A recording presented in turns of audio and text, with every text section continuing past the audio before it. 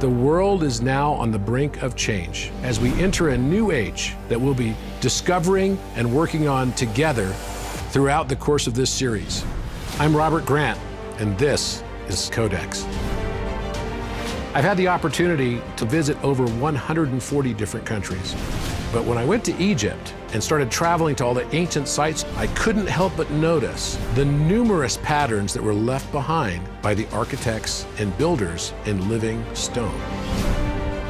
In 2019, I took a group to Egypt following the inscriptions left to us by Leonardo da Vinci, embedded inside the Vitruvian Man, as well as the La Belle Ferronnière, the portrait of Anne Boleyn, the mother of Queen Elizabeth I, as well as the Last Supper itself. We realized on that trip that the Last Supper was a working map of the King's Chamber in the Great Pyramid of Giza. And we discovered, while there, 8 new stone reliefs in the actual King's Chamber itself.